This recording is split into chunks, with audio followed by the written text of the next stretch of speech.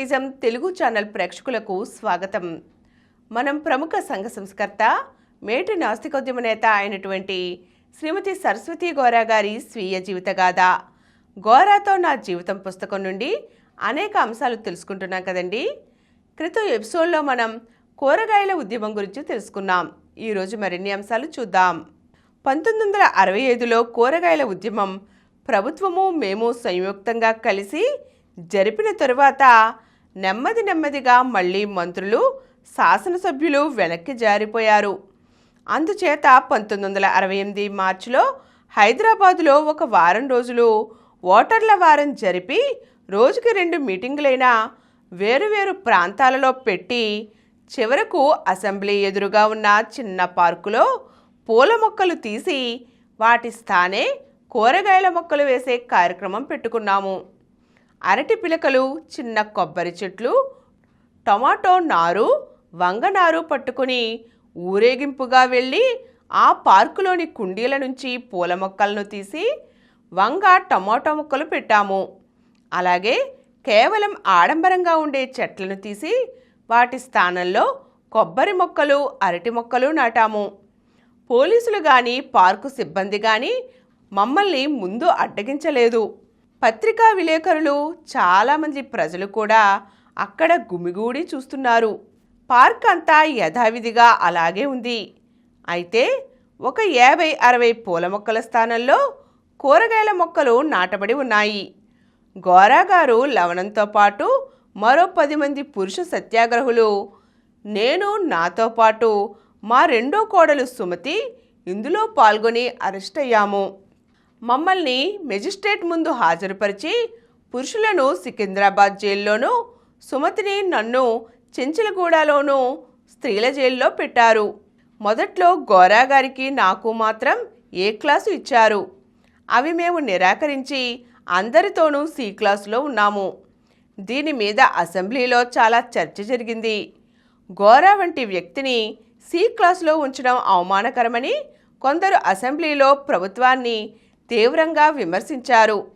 మేము ఊరేగింపుగా వెళ్ళినప్పుడు అందరికీ ఆహారం అని వ్రాసిన బ్యానర్ పట్టుకున్నాము. కొందరు ఆకలితో పస్తులుండగా మరికొందరు పూల తోటలు పెంచడం అమానుషమని మరొక అట్ట మీద వ్రాసాము. పోలీసులు మమ్మల్ని బెయిల్ తీసుకోమని చాలా బతిమలాడారు. కానీ మేము తీసుకోవడానికి నిరాకరించాము.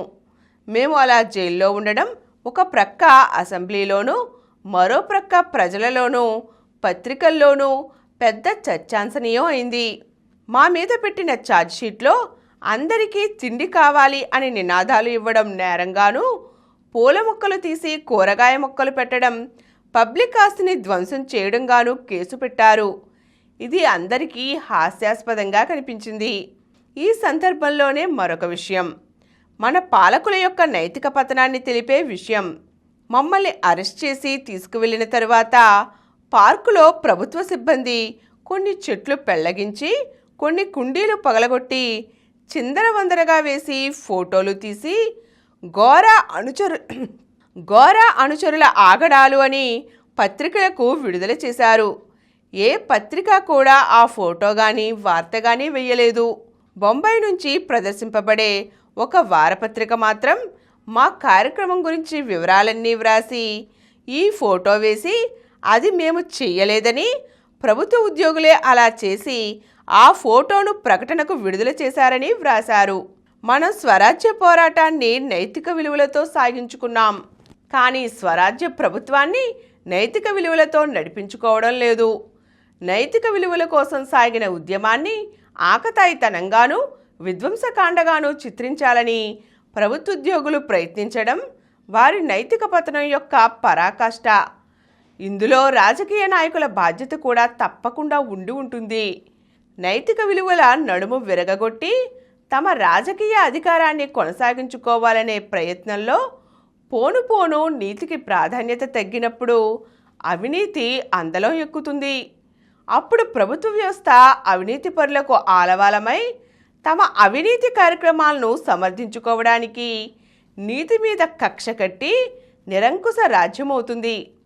ఆ స్థితి వైపు మనం ప్రయాణిస్తున్నామనడానికి ఈ సంఘటన ఒక సూచన అని మాకు అనిపించింది.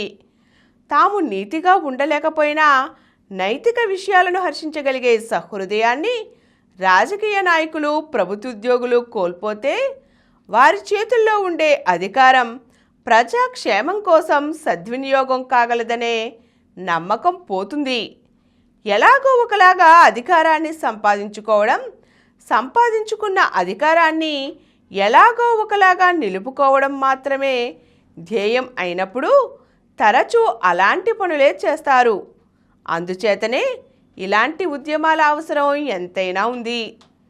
అసెంబ్లీలోనూ బయట వచ్చిన ఒత్తిడి కారణంగా ప్రభుత్వం మా మీద పెట్టిన కేసును బేషరతుగా ఉపసంహరించుకుంది. దాంతో నెల రోజుల జైలు జీవితం తరువాత విడుదలయ్యాము.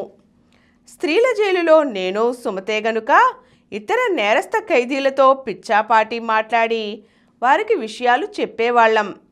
కానీ పురుషులు 12 మంది ఉండడంతో గోరా గారు లవణం గారికి వారికి స్టడీ క్లాసులు రోజూ తీసుకునేవారు. ఇతర ఖైదీలే కాక జైలు ఉద్యోగులు కూడా ఈ క్లాసులు వినేవారట. జైలులో మా అందరి ప్రవర్తన జైలు అధికారులకు ఆశ్చర్యము, ఆనందము రెండూ కలిగించాయి. ఈరోజు మనం సరస్వతి గోరా గారు ఉద్యమం చేపట్టి అరెస్ట్ అయిన విషయాలు తెలుసుకున్నాం కదండి. మరిన్ని అంశాలతో మళ్ళీ కలుద్దాం. ఈ కార్యక్రమం మీకు ఎంతో నచ్చింది కదా. ఇటువంటి మరిన్ని వీడియోల కోసం అనతి కాలంలోనే 20 కోట్లకు పైగా వ్యూస్ సాధించిన సమరం ఛానల్ సమర్పించు పాజిటివ్ ఎథియిజం తెలుగు ఛానల్కు సబ్స్క్రైబ్ చేయండి, లైక్ చేయండి, మీ ఫ్రెండ్స్కి షేర్ చేయండి. అలాగే ప్రక్కనున్న గంట సింబల్ని ప్రెస్ చేయడం మర్చిపోకండి.